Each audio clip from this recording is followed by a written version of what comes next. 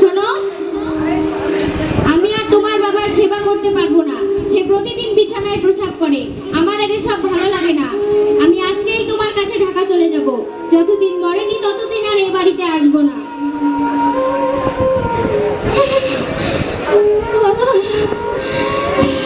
ভগবান, আমি কি দোষ করেছিলাম ঠাকুর?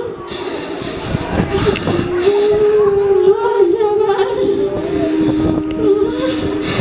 এত সম্পত্তি, এত জমি থাকা সত্ত্বেও আমার পাশে আজ কেউ নেই।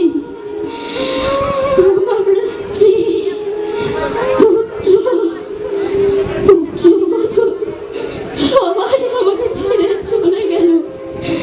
আমি কি দোষ করেছিলাম প্রভু? আমার মৃত্যু দাও প্রভু, আমার মৃত্যু দাও, মৃত্যু দাও।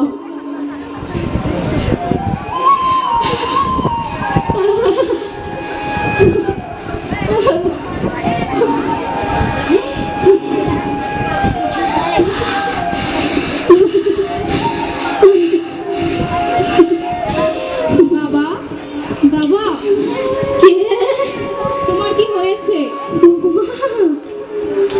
মা, আমাকে একটু জল দেবে মা, একটু জল দাও।